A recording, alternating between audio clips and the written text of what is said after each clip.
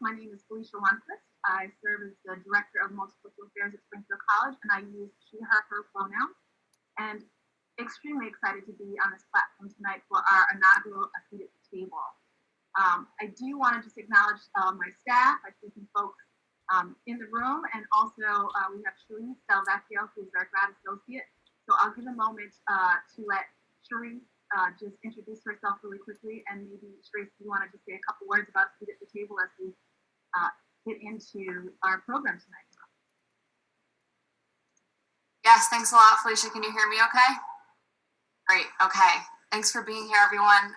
As Felicia said, my name is Cherise. I use she, her, hers pronouns. And I'm a third year in the S.E.A.T program, and this is also my third year as a graduate associate with the Office of Multicultural Affairs. And I think that since we're all sharing this space tonight, you probably know what we're here for. And I'm incredibly grateful to have so many people in the room tonight. I think some of you may know the original vision for this event was to hold a one-day conference dedicated to social justice education in such a way that gave students and people who wouldn't necessarily traditionally have the opportunity to present at a conference a platform in order to share their own constructed knowledge about these various topics related to identity, power, and privilege. And now, several months after kind of the that idea came into being, we have 7 days worth of programming to share with you, 40 sessions, over 60 different facilitators. And as of tonight, we have more than 1,000 people registered to attend our programming this week. So this program has taken off and grown tremendously.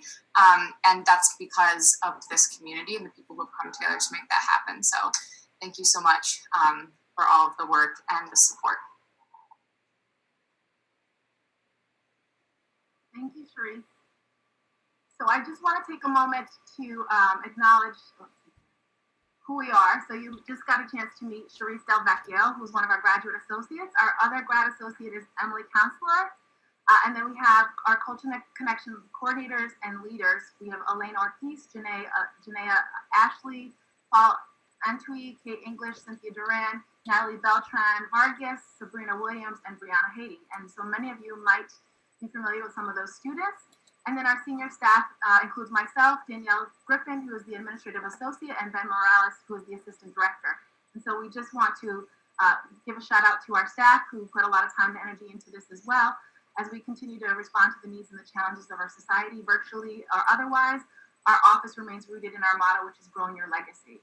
And we actively prioritize social justice and social change leadership. And so we just want to recognize the importance of that, and also the quest to build knowledge and awareness. As we know, knowledge is constructed. And so that's something that we are committed to doing in our office. And so we want to remind folks to just continue to make sure you spread the word. You have to register. So here's the link for folks.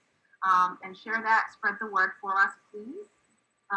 And also, we want to encourage you all, as you enter these spaces over the week, to use hashtags like hashtag S.E.A.T week, decolonizing academia, liberated higher ed, and activism is a form of scholarship.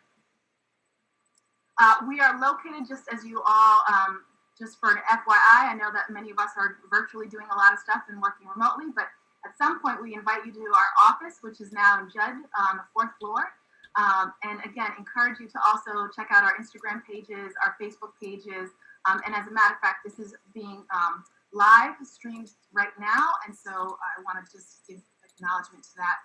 The next piece that we would like to do is open it up with land acknowledgement. We've found that this is extremely important. And so we want to open the space by offering land acknowledgement as we continue to build and stay rooted in our motto.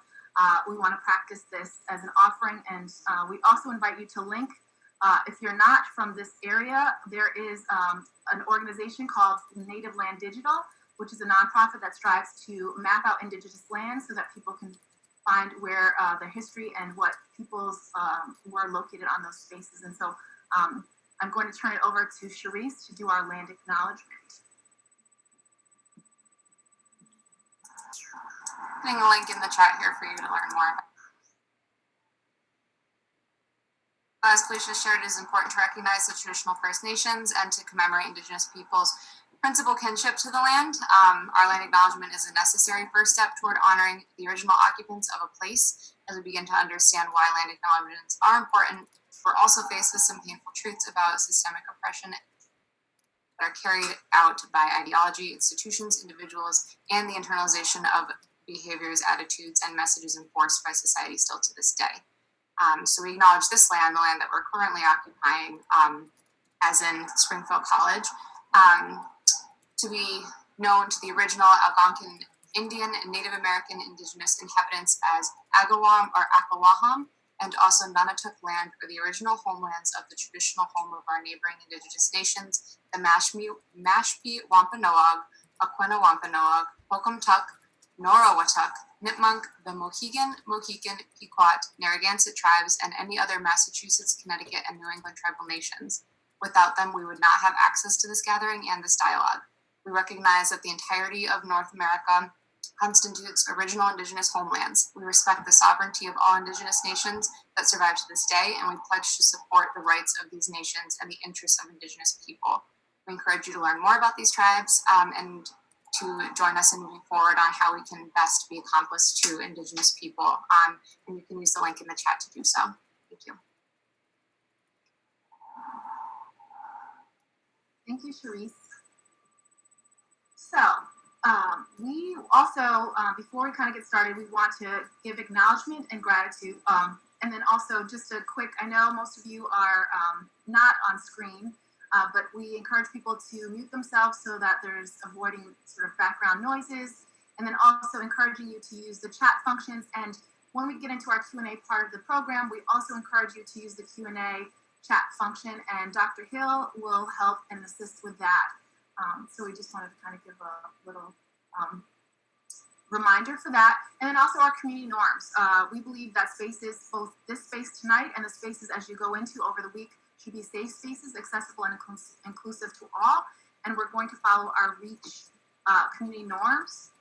For those of you that are not familiar with our REACH, it comes directly out of our Office of Multicultural Affairs, and our 2018 cohort created this acronym. REACH stands for Respect, Empathy, Accountability, Communication, and Home.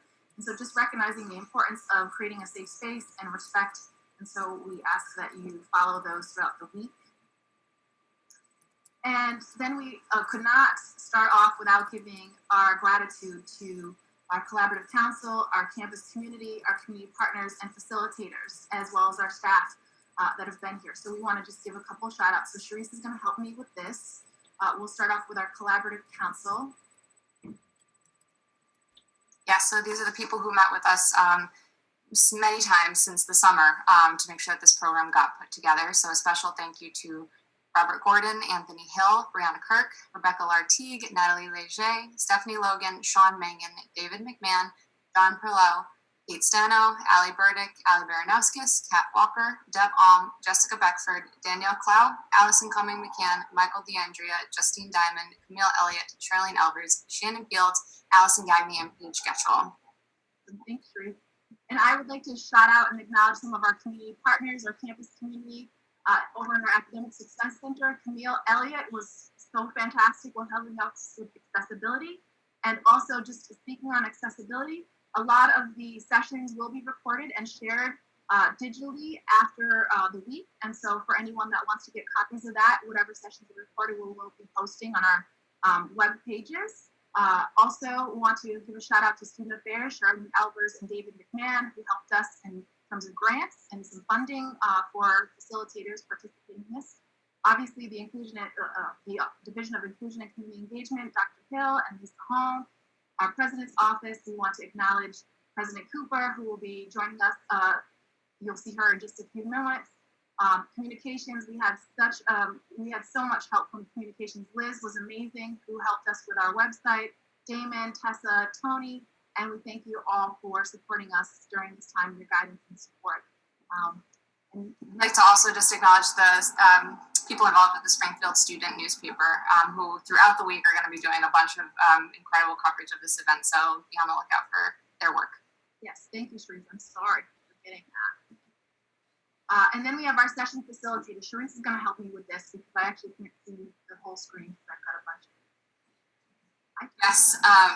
So as you can see, we have a huge, beautiful list of session facilitators, including Daisy Elise Dinmash, Janaya Ashley, Marley Blasco, Demisty Bellinger, Natalie Beltran, Angie Cartwright, Danielle Clow, Angelica Kaur, Ayanna Crawford, Lonnie Crum, Michael DeAndrea, Laurel Davis Delano, Ian Delahanty, Marcelino Diaz, Brianna Dickens, Alicia Douglas, Emery Fairchild, Allison Gagne, Robert Gallardo, John Gibbons, Dominique Hamons, Janae Avent Harris, Vaughn Hale, Anthony Hill, Adam Jacobs, Tyson Jones, George Kelly, Quinn Keneally, Rachel Keyworth, Ajiria Kane, Rebecca Lartigue, Natalie Leger, Paris Lozana, Brittany Monachino, Aniley Morales, Elizabeth Morgan, Abby Murdoch, Simone Alter Murray, Jonathan Lakeisha Reed, Chris Rim, Nadia Salette, Michelle Cecina, Sarah Scribner, Martin Schell, Mara Simon, the Student Society for Bridging Diversity, Stephanie Logan, the Men of Excellence, Javier Washington, Nicole Wassell, Derek Webb, Sabrina Williams, Nina Winsick,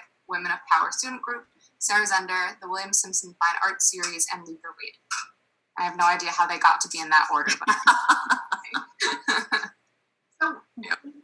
Without further ado, we actually want to introduce our community. Oh, I'm sorry. One more slide for acknowledgement, and we can't forget our community partners. And so, 18 Degrees, AIC, AmeriCorps, Amherst College, Arise for Social Justice, Art for the Soul Gallery, Association of Black Business and Professionals, BayPac, Black in the Valley, Black Field Institute, Civil Liberties and Public Policy, Community Service Institute, Elms, Hampshire College, League of Women Voters, Mount Holyoke, Muslim American Leadership Alliance, and let me just move my screen, Neighbor to Neighbor, Pioneer Valley Project, Smith College, Springfield City Library, Springfield Public Schools, Springfield Tech Community College, UMass Amherst, UROC, Western New England, Westfield State, Women's Fund of Massachusetts, and Young Women's Initiative. And so again, without all these folks, we would not have been able to do what we have done.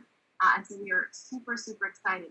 And without further ado, I want to introduce the 13th president of Springfield College, Dr. Mary Beth Cooper.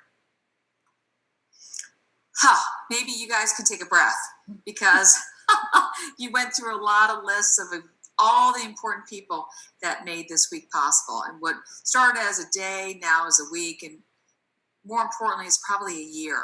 And so I've got lots of prepared comments, but I'm going to be very quick because there are more important people than I to speak tonight about our program. But I can't tell you how excited I am to be a part of this. I mean, when I look at the 40 programs and I look at my calendar ahead this week and all the people that I get a chance to hear from, primarily our students, our faculty and staff, about important issues, it is an important time for Springfield College. And so I don't want to take a lot of our time tonight talking about that, except to say, Sharice, Felicia, all the people that have been involved in planning this week, you've got much to be proud of. There are over 40 events of people coming together and increasing the dialogue for inclusion and thinking about what's important to us. When I think about the mission of this college and why I am so committed to being here as a part of this community, spirit, mind, and body, and leadership and service to all others.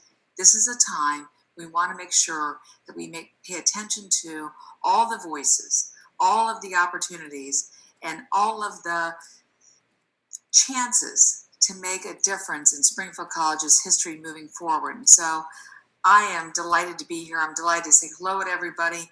And I'm going to not say all my comments because I don't know if that's so important tonight. I'm going to turn it over to Calvin so he too will be brief, so he can turn it over.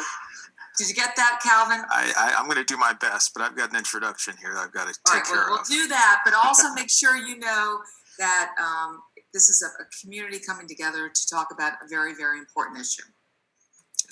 Thank you so much, Dr. Cooper. This is indeed going to be a fabulous night, and it's going to be a fabulous week. So I want to just say good evening, and everyone, I want to just welcome you from my home here in Worcester to this virtual SEAT kickoff event. As Dr. Cooper shared, my name is Calvin Hill, and I serve as the Vice President for Inclusion and Community Engagement here at Springfield College. Let me tell you a little bit about the division. The Division of Inclusion and Community Engagement promotes and maintains a campus culture that is inclusive, while simultaneously providing the community with a central point of contact for those wishing to explore ways that they can connect with and support the college's outreach efforts. We also provide students, faculty, and staff with opportunities to what we say, live, learn, and play across lines of identity and difference. Saying that, I have the amazing opportunity this evening to introduce our kickoff speaker, Mr. Hashima Moja. So without further ado, here I go. Hashima Moja is a composer, songwriter, and musician who walks in a world where music, art, and scholarship intersect. He is heavily guided in his work by the influences of Black classical music, orchestral music, Afro-Cuban rumba, hip-hop, as well as other musical forms that are going on throughout the African diaspora. Hashima believes that art should be used as a tool and as an aid in the development of critical consciousness as we aspire people to imagine new ways of being in the world. Throughout his impressive career, Hashima has composed music for Nickelodeon, PBS, and various films throughout Latin America while releasing 2 CDs. Perhaps we heard some of the music from his CDs earlier. The Awakening, which was released in 2017, and Round and Round, which was released in 2011. In addition, Hashima has recorded and shared the stage with some of the greatest names in music industry, representing a broad cross-section of cultural expression, including R&B legends Patti LaBelle, High Five, and Mary J. Blige, Latin music superstar La India, Grammy Award-winning Latin trombonist and composer William Cepeda, Indian sitar master Shafat Khan, jazz icons Arturo O'Farrill, Avery Sharp, as well as hip-hop pioneer Questlove of The Roots, just to name a few. If all of the above was not enough to let you know how excited I am and we are to have Hashima here with us, let me also share with you that Hashima has dedicated equal time and energy to the causes of anti-racist research work, focusing his efforts on both addressing the need to critically integrate ideological policies and practices that guide systems of structural racism. He also helps us to focus inward as we look to deal with our own healing necessary to begin to imagine and construct new systems that will make old systems obsolete. Now, please welcome Mr. Moja. Mr. Moja, the floor is yours. Thank you so much, Dr. Hill. Good evening to everybody. Thank you all for being here. Thank you for inviting me. First of all, wanting to certainly thank your president, Dr. Cooper of Springfield College, Dr. Hill, and also Felicia Lundquist and the entire Seat at the Table committee for putting all of this tireless effort into making this event a reality. I was tired just looking at the program. So it's always an honor when someone calls me to present, whether it's musical or otherwise. And they've told me that between 900 and 1,000 people registered to attend. So I think it's really an amazing thing because, you know, in a pre-COVID world, I know how hard it is or how hard it was to get people into a room. So the fact that we have begun to adapt to a new way of approaching space and the issues of filling spaces, who enters spaces. And I should say at the outset that I'm dealing with some allergies today. So if you hear me sniffing, please forgive me because, you know, the weather's changing. And so here in New York City, the weather has really begun to change drastically. So I am dealing with some allergies. So I just wanted to let you know that. So we are beginning to conceptualize what spaces mean to us, how we create them, what they look like, what are discursive spaces, what are collective spaces looking like, and how are we navigating them. The great irony about this space is that with all of the people registered, I can't see anybody, and I'm accustomed to interacting with people and engaging people in a very physical way. So it seems like we're all on this journey of exploration today about how we navigate this space. And I think that it is important to acknowledge that the fact that we're all on this journey together today connects us. So I wanted to speak to you tonight from the topic, the spaces we occupy, right? Because it's really important that as we look at the concepts of spaces, whether we're talking about personal space, discursive space, physical spaces, communal spaces, it's important that we focus on transforming our individual space, transforming our beliefs, transforming the things that we carry with us at the cellular level, carry in our bodies, carry in our minds, which is a space in and of itself. And we transform that in order to be able to begin to transform the larger spaces, particularly in higher ed. As is part of my own personal practice, and I want to say aho to the First Nations people and the ancestors who were acknowledged in the opening acknowledgement. I too believe it's important to acknowledge my ancestors as a Puerto Rican male. And so those who have come before me, the ancestors who oftentimes pay the ultimate price simply for existing in a world that did not respect their right to do so. And I also want to encourage each of you to begin to think and reflect critically about your ancestors and the journey and how each of them informs you, even if it's at a subconscious level, the things that we carry. So I'm going to start with a poem that it comes from a mentor of mine, Sandra Maria Esteves, who is considered the godmother of Nuyorican poetry. And this poem, for me, captures some of the ideas and the truths, which I will talk about in just a moment. It is raining today. Each droplet contains a message, soaks our clothing. The earth is crying. More than sky washing down clouds, in puddles lie reflections, difficult to see through oil film staining, rainbow luminescence, concentric circles expanding. La lluvia, or the rain, contains our history. In the space of each tier, cacique valleys and hills, Taino, Arawak, Carib, Ife, Congo, Angola, Mesa, Mandingo, Dahomey, and Amer priest tribes, murdered ancestors. Today, voices in the midst. Where is our history? What are the names washed down the sewer in the septic flood? I pray to the rain, give us back our rituals, bring back truth, return the remnants of our identities, bathe us in self-discovered knowledge, identify our ancestors who have existed, suppressed, invocate their spirits with power, recreate the circle of the Aireto, reunite the family in a universal joining, a shower and penetrating waterfall, rekindle the folklore, candles of wisdom with never-ending flames. Speak to me of rain. Now I ask that you would take a moment of silence as we acknowledge our ancestors, our respective ancestors.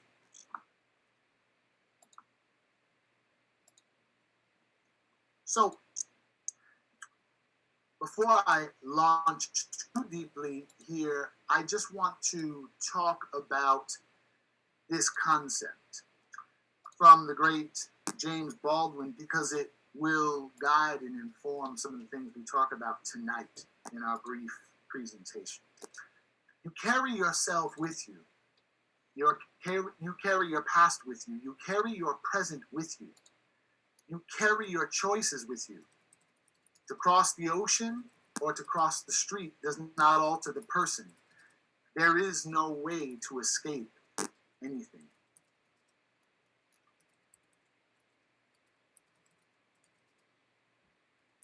I think that it's important that we reflect from a particular place of the consciousness or the level of consciousness or the level of understanding that America, in its collective soul, its collective consciousness, doesn't like history.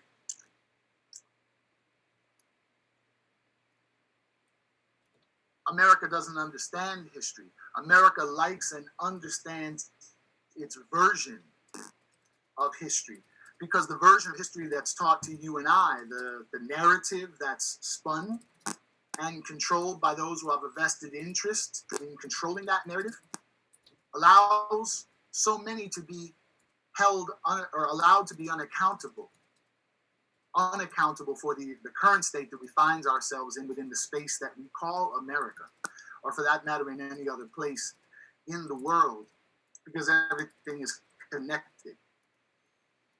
We don't live in a society that necessarily values critical consciousness. In fact, the great scientist Isaac Asimov said many, many years ago that there is a culture of anti-intellectualism in our society, which is founded on the idea that one's uninformed opinion is as valid as the informed opinion or the informed reflection. We live in a society that's built on myths and legends, and we'll talk about those myths and those legends in a minute. We often learn history in a very sterile and safe way that disconnects us from participating in it. As Maestro Baldwin just let us know, we carry our history with us. We carry ourself and the past and the present within inside of us. James Baldwin also said one time that history is not only the past but the present. So we often think of history because of the way that we're taught history, particularly at the early stages of our academic life, school, high school, moving into university. We're taught about history as if it is a collection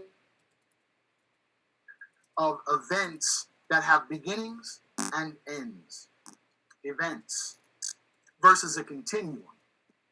And we're taught about history as if it's simply a collection of names and dates and places. But there's a second part to the production of history that's very important, and I don't know if we have any historians here with us tonight, or any history professors or history majors in the audience, but the second part of the production of history, beyond dates and names and facts and figures and places, the very sterile data, is the collection of narrative. What happened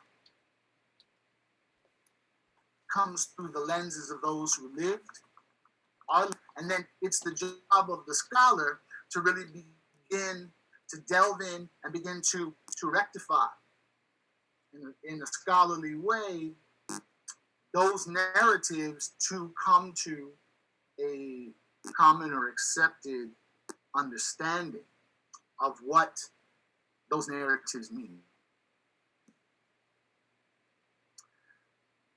To really dive into those narratives requires a commitment to critical inquiry, to rectify those narratives and events in a way that, in fact, oftentimes indict individuals or institutions or society of wrongdoings that might stain those pristine, glorious narratives that have become the myths and legends that shape the way we relate to the country we live in, as well as to those who live here in it with us, the way we relate to each other.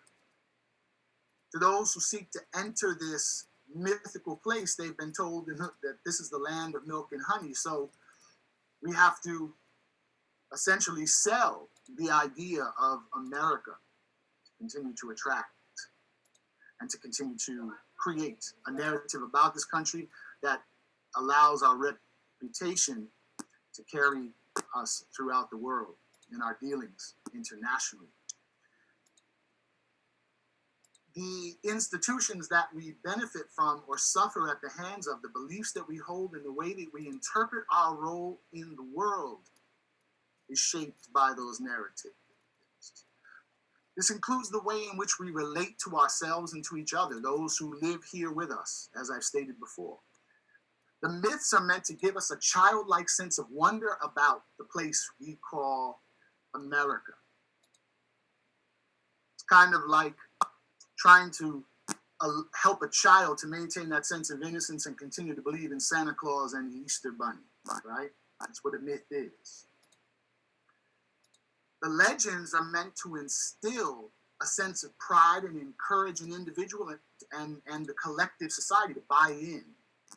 And so it seems to continue to be working with a large segment of the population who continues to vilify and demonize, in fact, sometimes those who at this juncture in our history are critically interrogating and debunking so many of those old colonial myths, as well as taking back control of narratives in order to heal individuals, communities, and the collective heart of America, and to once again ask her to make good on the promises of what she has claimed to be. Now, I, much like W.E.B. Du Bois, James Baldwin, Audre Lorde, Maya Angelou, Nikki Giovanni, Malcolm X, Angela Davis, Pedro Albizu Campos, and so many others, am not sure that this was ever really intended to be what it's been purported to be for all people. Du Bois, in fact, in his analysis of America, said that the system that we live in is not broken, but it's doing exactly what it was designed to do. The intention of the founding fathers was quite possibly focused on simply reproducing a lesser version of the aristocracy of Europe that some so desperately wanted to be a part of, but understood that may never actually be allowed to happen. One of the great difficulties in being a thinking individual in the society we live in is that we've been indoctrinated to believe in the myth of a meritocracy. So I want to talk about that meritocracy really briefly. We've been taught that our history, which we believe to be only the past, is of no consequence. We're taught that each of us can escape our history or our condition ancestors did. I like to use this example when I talk about the meritocracy. Imagine that you're looking at a race and there are 4 runners. And the 4 runners all represent different places, different spaces, different groups. They're standing in their lanes getting ready to run, but they're separated by large walls where they can't allow themselves, they can't see each other. They can't see to the left or to the right. All they can see is the lane in front of them that they're going to be running in. And each of these runners has a carrot hanging in front of them. And I always use the example of the carrot because that was the one that my grandparents always talked about, that carrot that gets dangled in front of us.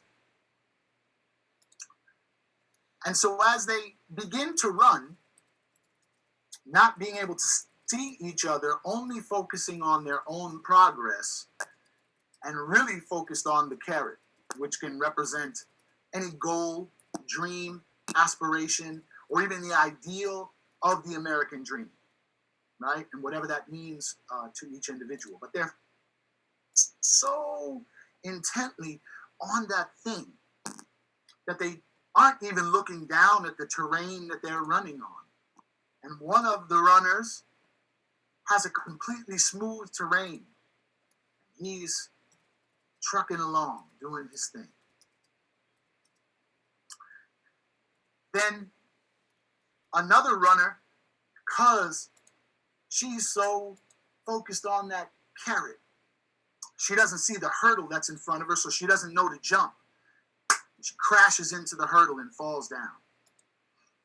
Another runner is so focused on the dream that he doesn't see the hole,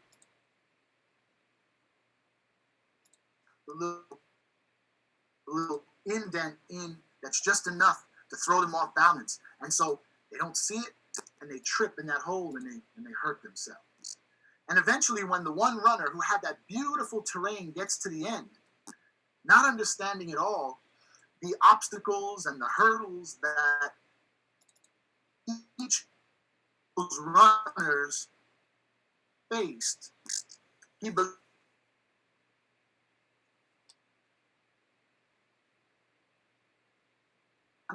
and waited until over the course of a couple of generations, all of the witnesses to that event no longer are with us. And so there's nobody to verify or discredit or rectify those accounts. So you see my point. This is the idea of the meritocracy, that everybody starts out on that level playing field. And because in the American Republic, we've been conditioned to act and live with a very limited range of vision, we often can't see each other. The fact that we may not able really be able to truly see ourselves. We've been taught to believe that our success doesn't matter. Your relation to something or someone else causes us to hone in with the goal, the dream, and we don't develop the intellectual and the social and the emotional muscles to see ourselves or others, or to see ourselves reflected in others, or to see others reflected in us. And so, because our own individual identity is wrapped up in what we do and how we perform, that informs and translates into the way we deal with our relationships with others and the spaces that we choose to occupy. Those who are unable to make it to the end of the race become the subject of a completely different narrative, which is that they didn't work hard enough. They were making excuses for themselves about why they were unable to make it to the end of the race, to achieve the dream, to grab the carrot, right? So we run, each of us, further and further away from ourselves, or so we believe, and from the reality to occupy new spaces that we believe will bring us satisfaction and relief from what we carry in our own inner space, right? We're not conditioned to understand that all that we are and all that we have lived and all that our ancestors lived rests in our DNA, in our cells, and it's what we carry into each and every space that we choose to enter and to occupy and attempt to navigate to the best of our ability. We're not encouraged to look at the idea of achievement through the lens of community. The acknowledgement that what happens to our brother, to our neighbor, to our sister, to those who've been taught to view or be viewed as the other, that all of this affects us, members of an ecosystem. So, what is your motivation? I think I should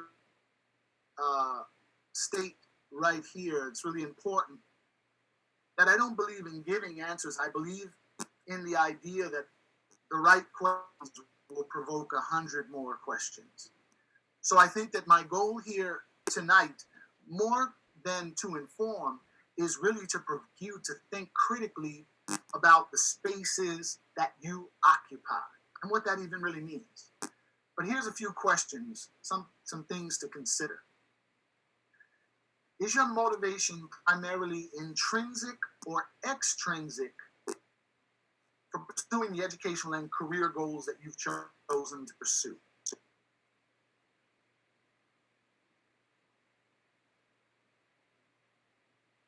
I have young nieces who are in high school. And they came to me the last time that I visited them, and they said, Theo, I went and saw my guidance counselor, college counselor. And when I was asked about what I wanted to major in, and wasn't sure, they handed me a sheet of paper, like a job prospectus. And it was showing them what the most profitable, what the most lucrative careers would be over the next 10 or 20 years. So when I talk about versus it,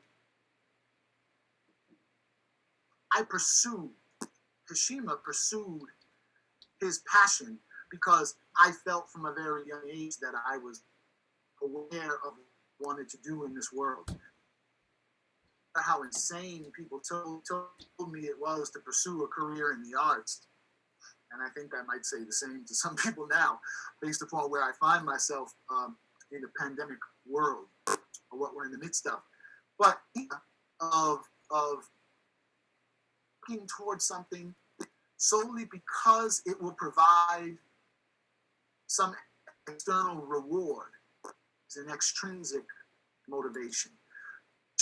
To grow, to expand one's level of self-awareness, critical consciousness, and to unravel and deconstruct old limiting beliefs and acquire new knowledge, and to think about how what you do contributes to the betterment of society would be an example of intrinsic motivation. What is your reason for using the space that you're in now? If you're in Springfield College as a student, if you've chosen to work in Springfield College as an employee, what is your motivation? What are you motivated by? What drives you? What sense of responsibility do you feel for communities that coexist in the area where you have chosen to study? And along with that question, really, the fourth question kind of is a continuation. Do you take time to understand on a deeper level what your presence means to the people who live in and around the neighborhoods of any institution that you work in or interact in, be it higher ed, be it a bank, be it a government building, right? Any institution. That institution is housed in someone else's house. So when I think about spaces, right, I think about individual space. I think about collective space. I think about discursive space. I think of it like the Russian dolls, right? With the Russian dolls, you have one large doll, and when you open the top, there's a slightly smaller doll, and then inside a slightly smaller doll, and you keep pulling out, and there's 7 or 8 of these beautiful Russian dolls. Our own individual beliefs that I started to talk about a few minutes ago are carried or housed in this space, our own inner space, our mind, our consciousness, in our cells when we talk about things like ancestral trauma, things that trigger us, things that may trigger others who are carrying. And so as each of us as individuals walk into larger physical spaces, we have to understand or begin to be sensitive and bring a sense of heightened awareness to how we as individuals walk to neighborhoods, institutions, how we walk through those spaces. And quite often, we're not taught to be aware of those things. And in particular, when we begin to deal with issues of privilege and access, we have to begin to understand positionality in terms of that access and in terms of that privilege. Do we have white privilege? Do we have male privilege? Do we have privilege because of what is afforded to us as we gain access to higher ed? as we gain access to education? What type of privilege and what type of access does that provide us? So privilege is a very nuanced conversation. I quite often as an example, even though I'm a Puerto Rican male, I am white-skinned Puerto Rican male. I'm not a child of the Mayflower. I'm not an Anglo, but I am, based upon the definition of that colorism would give me, I'm a white male. I'm also a 6 foot tall, 245 pound male. I'm an educated male. I've traveled I'm privy to a particular view of the world, which comes from the access that I've been granted through my career as a musician. So I have particular types of privilege, and as I walk into particular spaces, even living here in New York City, very rarely have I ever thought about my safety or thought about how my presence may be something that triggers someone who has lived in my neighborhood for a lot longer than I have, or maybe their families. There's an issue of a lineage, right? Generations of families that might have lived in the area that I live in. And so because of all of that, how does my presence affect those in the spaces that I walk into? Am I oblivious to the fact that when I moved into New York City in 1991, after being raised in Springfield, Massachusetts, the Harlem that I was walking into was a wonderland for me. I was enraptured by the myths and the legends of what Harlem was as a musician, as a performer.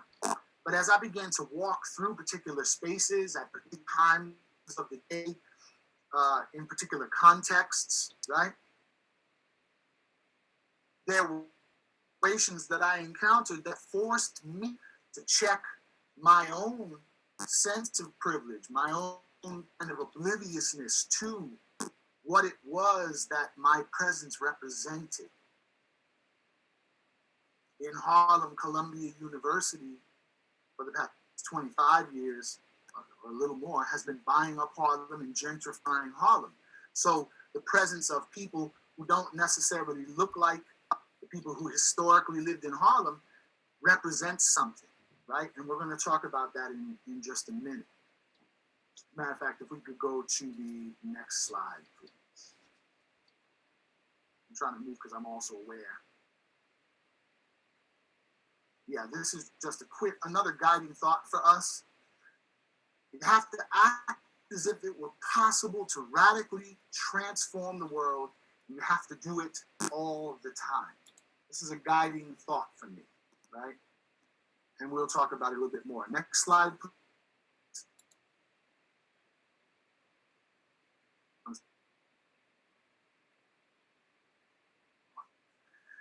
So, Dr. Gay Teresa Johnson, the primary area of scholarship is spatial entitlement. So she says here, struggles for spatial entitlement flow from the recognition that a community requires more than physical space to survive. Spaces have social meanings. They function to maintain memories and to preserve practices that reinforce community knowledge and cohesiveness. The determination of social meanings of spaces is in large part a result of the values that individuals bring into the community that eventually becomes the set of social norms and values of that community, at least in a democratic way of thinking. But those social spaces and their meanings are also quite often shaped, contextualized by people who are seeking to enter those spaces for the purpose of control. So we have, again, we have people who operate for generations in particular spaces. So let's talk about Springfield College for a minute. So Springfield College is planted in the middle of intersecting communities as you look at Albin Street and Hank Street and Wilbraham Avenue, Wilbraham Road, and all of those communities. Particular unique histories. Quite often, and I can't speak historically, Springfield College students were kind of isolated from those communities or from interacting with those communities.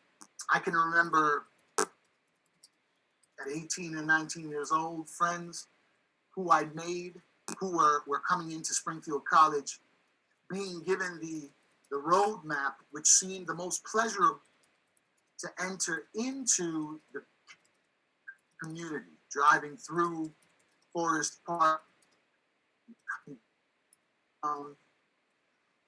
onto the campus, through that kind of lovely Route 5, where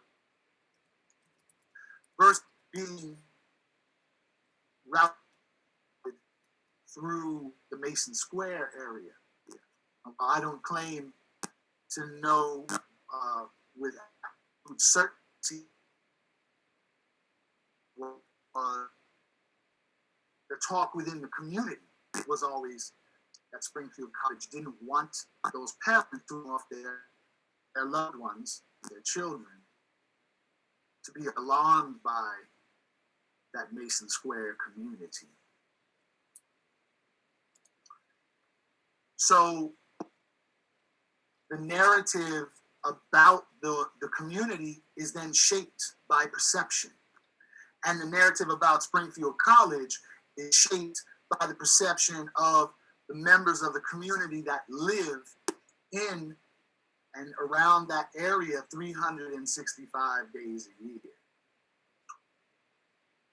When we think about the idea that spaces function to maintain memories and preserve practices that reinforce community knowledge and cohesiveness, what we're really talking about here is the fact that to an outsider, a corner may just look like a corner. But a corner to a person who grew up in that neighborhood, who had family that grew up in the neighborhood, may have a completely different significance based upon things that have happened. For instance, at Six Corners. I grew up in that area, and so I remember some of the things happening in Six Corners, how the police related to the community or not. Some of the violations of human rights that occurred in those neighborhoods, some of the atrocities that occurred as a result of the generations of poverty that had existed within those communities, right? And so when we think about this, part of the idea of creating community is that through meaningful interaction and listening, one must first seek to understand the significance of the social spaces to the individual members of communities, or through the lenses of individual communities, and prospective members of communities. We also have to work to understand how our own individual beliefs and attitudes affect our ability to meaningfully interact with others, right? So, important of what a space might mean as we talk, kind of shift when we really start to think about the fact that what entering a university might mean to third or fourth generation college students versus what it might mean to a first generation student. The perspective of a community that hasn't been through of new buildings in its community will be very different than a person who's going to be celebrated for the building of those edifices and for the growth of the institution. So the social meaning of a college campus will vary privilege, access, of varying degrees of privilege and access, the motivation that one has for entering those spaces or for avoiding those spaces. And it's also formed by what one may feel about their own social citizenship, right? Can we jump to the next slide, please, Dr. Hill? I'm going to skip that one just for the sake of time. Thank you so much. So the idea of social citizenship, which I want to talk on really quickly, by Dr. Roger Smith, who was a political scientist. And he says, traditionally, citizenship is defined by social membership in a particular society or national identity. The United States has historically defined its citizens not as much by who they are, but by who they are not. So when we think about social citizenship or the belief that we don't have it, right? And I apologize for the noise in the background. I live in the city, right? So you may hear some sirens every once in a while. I talked about the fact that living in Harlem and understanding, after interacting for decades in Harlem, understanding the history of how Harlem has been shaped by the presence of Columbia University. To understand how sometimes the presence of a new group of people defines the citizenship of those who have lived there for generations. It shifts, right?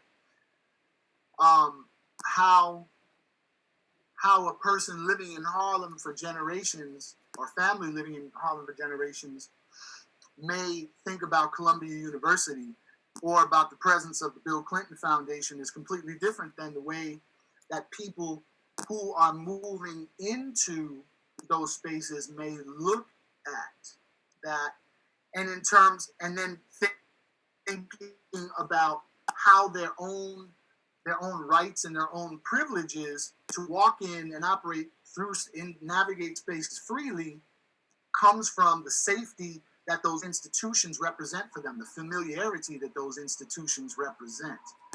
But the idea, just the idea of that social citizenship, when we think about our own nation through the lens of history, our founding documents were very clear in defining who was not a citizen, simply based upon how they defined who was a citizen. A white male landowner, which meant that women were not citizens. African Americans were not citizens. Native Americans were not citizens.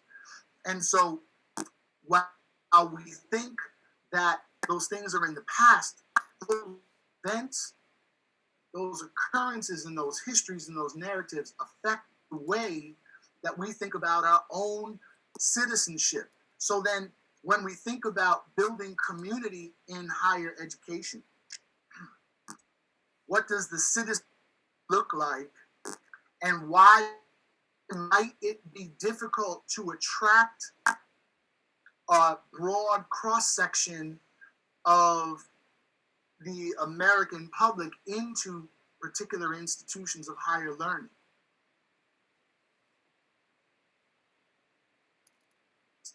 An institution that has traditionally struggled with concepts of race, what does that institution look like through the lens of someone who has lived the reality of living with individual racism and dealing with institutional and structural and systemic racism?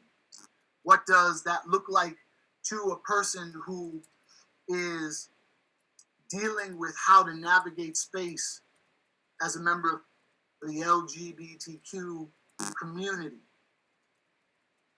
or has lived with transphobia, homophobia, or sexism, or classism. And in terms of thinking about how one is conditioned their entire life to think about wrong and not. So while we made a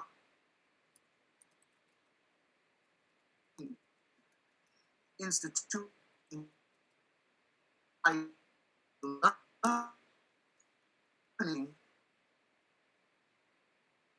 we also have to, there are also issues related to one's sense of feeling as if they belong in the larger society and the institutions that represents.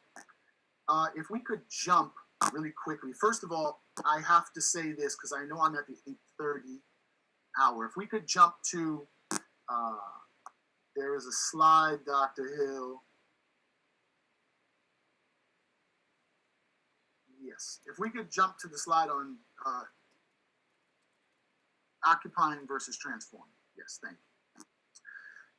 R. Buckminster Fuller, the great American architect and systems analyst, said you never change things by fighting the existing reality. To change something, you build a new model that makes the existing model obsolete.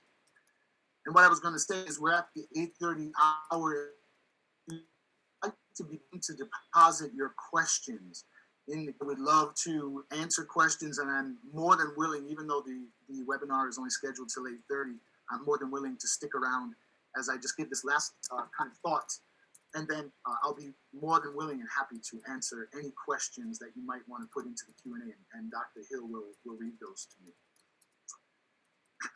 I want to just really quickly about the difference between occupying and transforming. When we think about occupying a space, I always think about extrinsic motivation, or the lack of buy-in that generally comes with the idea of simply thinking about occupying a space. Traditionally, the idea has been to occupy a space, to enter a space, to get into a space, to get your education, get your degree, and go out into the world. But what if found as we look at decades and decades of narratives about experiences in higher ed, particularly from people who identify as members of aggrieved communities or underrepresented communities, is the idea that it's traumatic to occupy a space that is not created for you. It's traumatic to occupy a space that does not really make space for you in terms of discursive space and in terms of curriculum and in terms of all of these things. Sometimes the idea of occupying can also come from an idea of entitlement, meaning that one is simply convinced that they belong there, and that is related to their privilege or their access, which they may have actually been living with for generations, right? It's part of their generational teaching and indoctrination. When we think about transforming, however, we think about a person taking a sense of responsibility to transform an institution, to transform the spaces that they walk in, so that they're not only thinking of getting theirs, they're not thinking about the intrinsic motivation, but they're thinking about the extrinsic motivation, but the intrinsic motivation that instills in them a sense of responsibility, not only for themselves, but for who they view as part of the community. Thinking about one's safety, about one's reputation, thinking about all of the ideas that us to begin to shift our consciousness in a more critical way, to critically interrogate and to hold institutions accountable, to hold individuals accountable, so that we begin to shift and change the way that institutions operate in society, the way that they relate to their student body, the way that they relate to the communities outside of them, how they really begin to transform their own view of their role in society. And I think that we're seeing this now, in particular, when we look at the fact that institutions all around the world, not just here in this country, are struggling with how to serve students in this current reality that we find ourselves. How do we better serve people who need services but we can't come on campus? How to better serve people and communities that were already struggling with access, but now maybe is struggling with issues of survival? How do we now create community so that the spaces that people are walking into or desire to walk into or maybe afraid to walk into begin to transform themselves and make themselves the vision of equitable justice.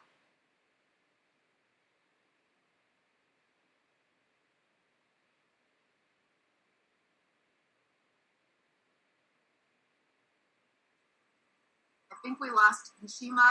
You are broken up. We cannot hear you. If you turn off your camera, we might be able to hear you.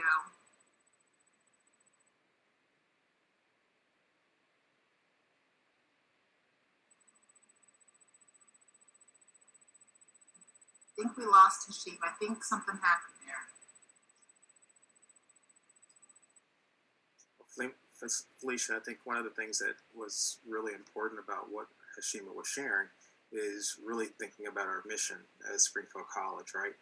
Dr. Cooper alluded to, us educating our students in spirit, mind, and body for leadership and service to others. And Hashima was really having us think about this transformation, and what do we come into college with? And then how do we exit? And our curriculum, the work that we do, this event right here is going to help our students to understand the areas that Hashima was speaking about. When he spoke about identifying a corner, that may have gone over some of our heads, but the reality is that was really meaningful from the standpoint of thinking about who sees that corner, who lives on that corner, what does that mean to that individual? And if we can have a better understanding of that, we're going to be better able to serve and interact with people from diverse constituencies. So I think he really helped to set the tone for where this week is going to go. This is going to be a week of transformation. This is going to be a week where I hope those that attend our program, those 1,000 individuals, really decide to open their thoughts up to being transformed, to walking through this gate that Hashima was helping us to understand. He's back. All right, I was wondering if I was back or not. Yeah, so I definitely don't want to take up any more time, but if there's any questions, because I know I went over my time, or if there are any more questions, or any questions at all, I'd be happy to interact. Yeah, Hashima, I think we've got maybe one question. And that's, I was alluding to it while you were away, and you were speaking about this concept of transformation, right? And the role of college, the role of our students coming to campus, the role of this week. How do we see this knowledge base that students are going to be getting in reference to anti-racism work, xenophobia, anti-bias work? How is that going to transform them to better work with diverse populations? Well, I think that when we think about knowledge, right, and we think about knowledge of developing critical consciousness, it's to understand that learning should be traumatic. And I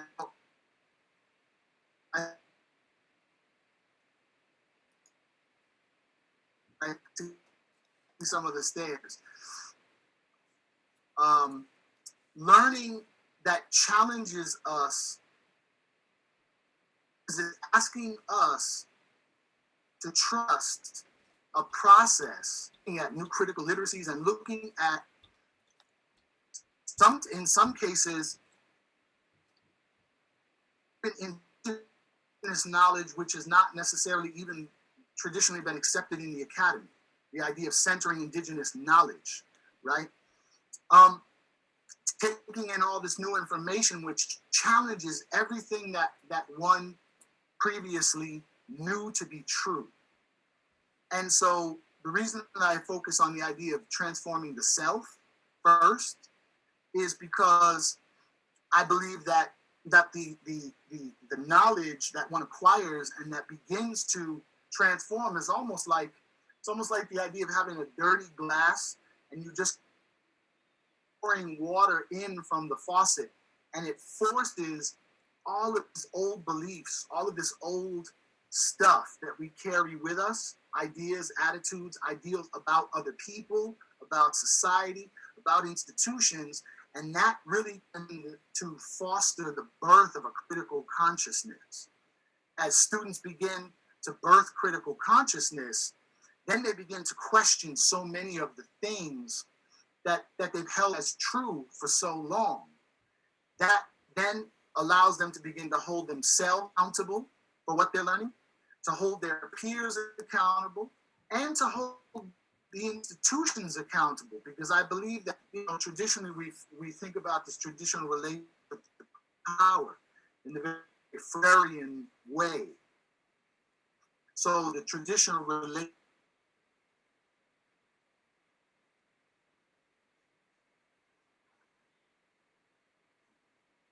Hashima, you are cutting in and out. I think sometimes if you turn off your video, it might help with the Wi-Fi. I just want to be conscious because we are having a little difficulty hearing you. And also want to be conscious of time. I know that there's meetings that are happening. Hashima, are you So, back? how is that? How's the sound now? Yeah, we can Yeah. hear I think You're I'm back. Yes. much better.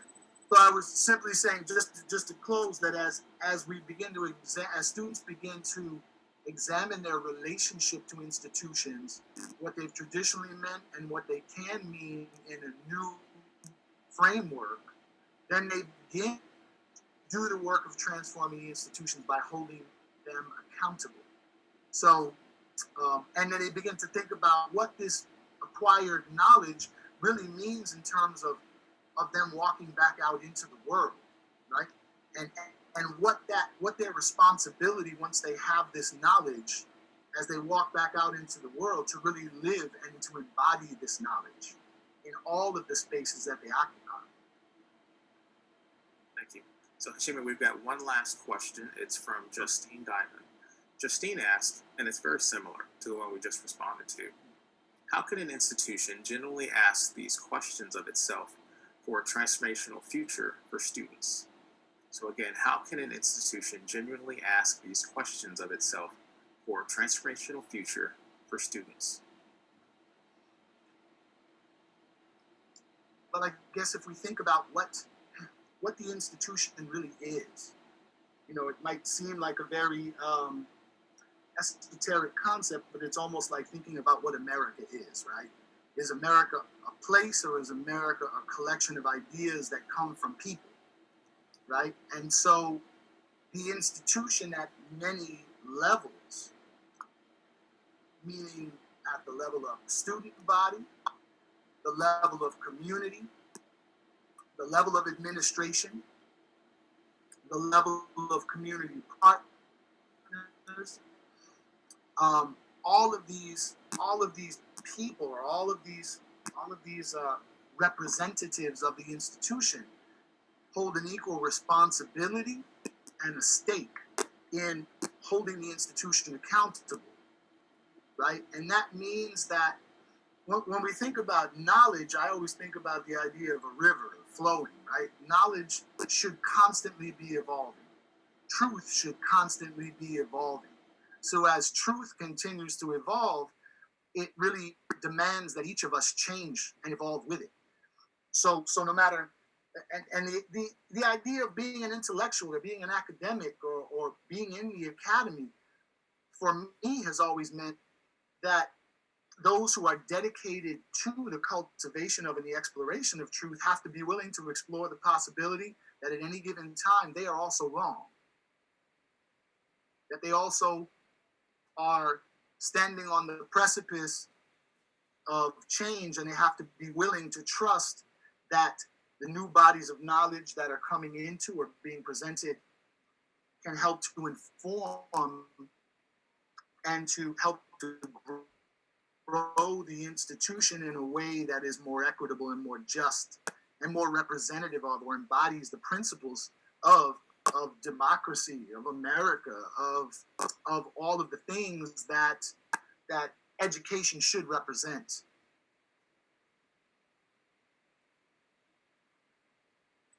Thank you, Hashima. So being mindful of time, we're about 15 minutes over, and I just want to take this time to thank Hashima Moja for taking the time to be with us tonight and to share the knowledge and wisdom and talents with us. I also want to thank again our community partners, our campus partners, our collaborative council, all that really put an effort to make this initiative happen. I also want to remind folks tomorrow, you can start off tomorrow in the morning. We have some sessions starting off with Dr. Love, who's our Vice President for Student Affairs. His session is White People Teach Thyself. We have some of our faculty members, an Exploring Racial Trauma and Black Mental Health panel discussion from our community members. We've got Janae Ashley, Angelica Kaur, George Kelly, and Rebecca Lartigue from our campus community, who are former and current Cultural Connection leaders, doing language judgments and microaggressions. And there's jazz fusion. There's so much happening tomorrow. Michael DeAndre has his expanding our thinking about white racism. To Janae Ashley and Sabrina Williams, who are two students that work in the office that are doing colorism and popular media. So we really encourage you to think about this upcoming week and bring your best self and join us at the table. We thank you all again for this time. And Sharice, I'm gonna ask you if you have any final thoughts. And again, Hashima, thank you so much for taking the time to kick off our inaugural seat at the table. Thank you all. Thank you, Felicia. Thank you, Hashima, so much for sharing this evening with us and for sharing some of your constructed knowledge. Thank you for everyone who joined us late on a Sunday.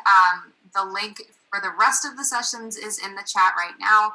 There is no deadline to register. People can still get registered, and all of your Zoom links are accessible through that schedule online. So just go ahead and click to those Zoom links for whichever sessions you're ready to join throughout the week. And you'll enter your little passcode that's been emailed to you, and then you'll be in. But please be in touch with questions. I'm going to put my email in the chat as well, just in case. But thank you for sharing this evening with us tonight, and we look forward to seeing you throughout the week.